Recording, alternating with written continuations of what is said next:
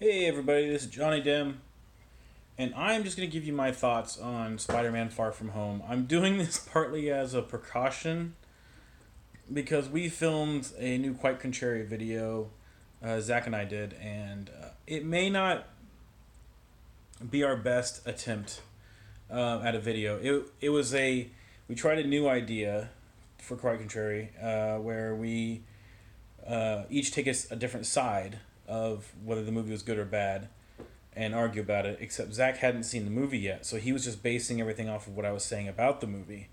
So we went through like almost every beat of the movie, like every scene where I was describing what happened, and then he would try to poke holes in it. Um, the concept itself, I don't think is a bad idea, but he was interrupting or interjecting like a lot. So the video ended up being very long. Zach's having some trouble getting it edited down to a length that makes sense. So, like I said, so I'm just gonna give you my thoughts on the movie, and then Zach can see if we can get that to work. Sorry, I was reading a text. I'm using my phone. Okay, so Spider-Man: Far From Home. Bottom line, the movie's great. It's just entertaining. I had my excuse me my problems with the movie, and I think this is where reviews like this get more interesting, and you actually can take away something that is something, right? I'm not going to tell you it's great and then move on, or I'm not going to say great. It is great and then say nothing else. I got to tell you what was bad about it. So, what was bad about it? Um, these movies, the Marvel movies, the MCU, they're all they've just become action comedies for the most part. Um, what I like about Tom Holland specifically is, I mean, starting in, well, even from Homecoming, he's a really good actor, and he brings a dramatic element to the character of Spider Man. He plays dramatic very well, and there's a lot of emotion that comes through in this movie. But like I said, the negative part, what I was talking about was how they're mostly action comedies, and I don't necessarily enjoy the heavy comedy of it. I get why they do it. They're obviously trying to appeal to a larger audience, and they're doing what they have to do to make money on these things and appeal to the widest audience possible. So I can't complain too much. It's just not the ideal Spider-Man movie or any of these any Marvel movies at this point. They're never my ideal movie, but I can enjoy them. And it's hard not to enjoy Far From Home because it is such a wonderful and fun movie. So, like I said, comedy. So the comedy isn't what I appreciate the most about these movies. I didn't really like the brand of comedy. There's a scene. I won't ruin anything, but there is a scene. You'll know what I'm talking about. There's a scene when they're on the bus, um, and Peter turns into like a Keystone Cop. He just fumbles around like a stooge and an idiot, and you start questioning all kinds of stuff of why Tony Stark thinks that Spider Man needs to step up and become a real Avenger or superhero or anything because I don't see it. Like Peter sometimes is an absolute dork in the worst way. Um, I know that Peter is kind of supposed to be awkward, and that's fine. I don't have a problem with him being awkward. It's just some of the logic doesn't add up. And there's a scene where he just about almost gets one of his classmates killed, and it would be all his fault. Like he would have killed him. And because we got so close to that, I question a lot about the decision making on Tony's part. That scene was the worst scene in the movie. I hated it. I did not like it at all. There are some things where you kind of want to roll your eyes near the end of I think it's an after credit scene, and you're like, oh really? Did they have to go do it this way? I mean, man, during the scene I'm talking about, people cheered in the theater. I was at an advanced screening. There was no less than four times the audience didn't just erupt into applause, and it's uh,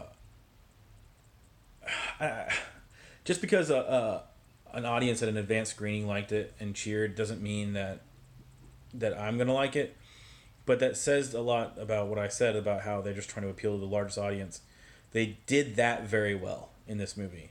And if you try not to,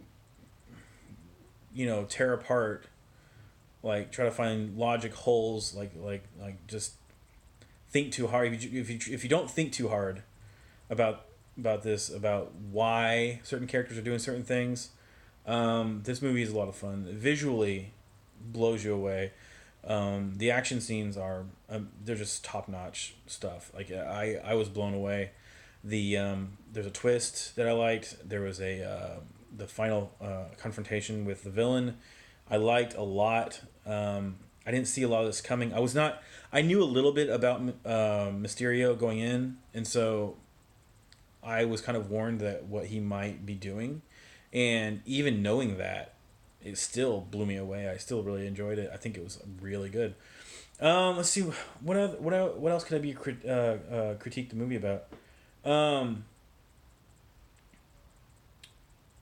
I mean, those are really the main beats I didn't like. Uh, Everything else was, I think, I don't have any trouble with any of the rest of it. I think there's a missed opportunity. That there's a plot line in this that kind of just gets swept under the rug. Like they don't even want to address the major issue that really would make it good.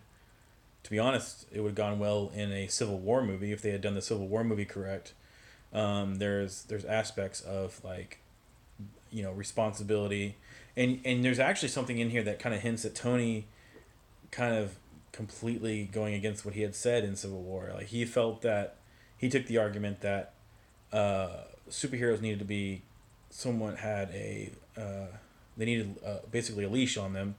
The government they need to be registered, and stuff like that.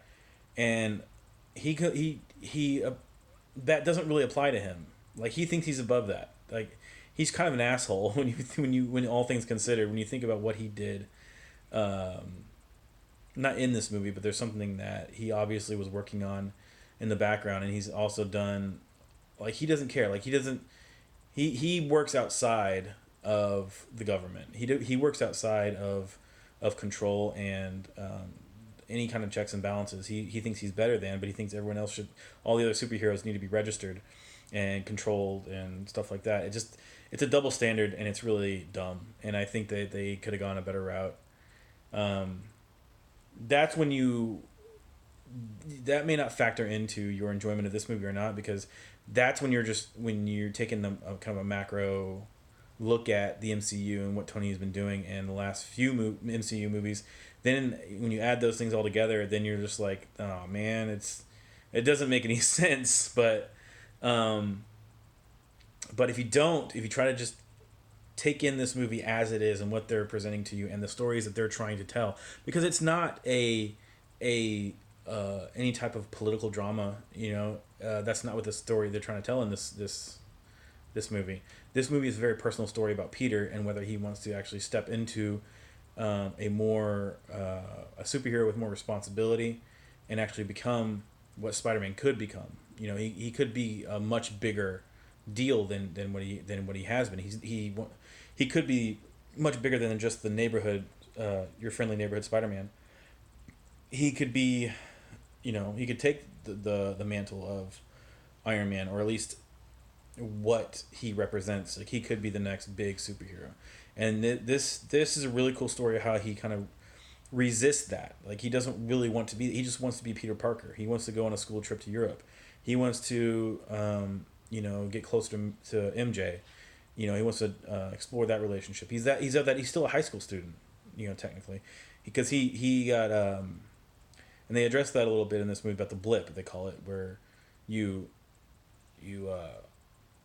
the people that got snapped out of existence and came back, they're the same age as they were when they got snapped, so they're still in high school. So anyway, bottom line is, it's a really good personal story to who Peter Parker and Spider-Man are, and they explore a lot of personal things with him, and it's a good story in that vein, in that scope. if you don't think about too much else going on and what Tony must have done and must have been thinking, and what it means for the bigger story of superheroes. If you kind of ignore that, it's actually a great story. But anyway, go see it. You can. This has been just my thoughts on the movie. Zach would love to just poke holes in everything I say about this because he is convinced it's bad, even though he hasn't seen it yet. So we will have a Quite Contrary video, and there is another. We have some thoughts on it on the latest War Pod. It's not up yet. It will be up very soon. This week, next couple days for sure.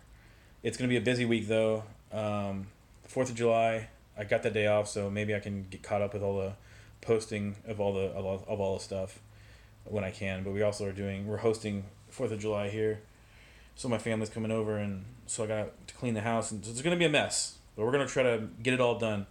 I'm gonna do my best to get my shit done, and you do your best to get your shit done, and then we'll meet in the middle, and we'll have a shit party. I think that's how that works.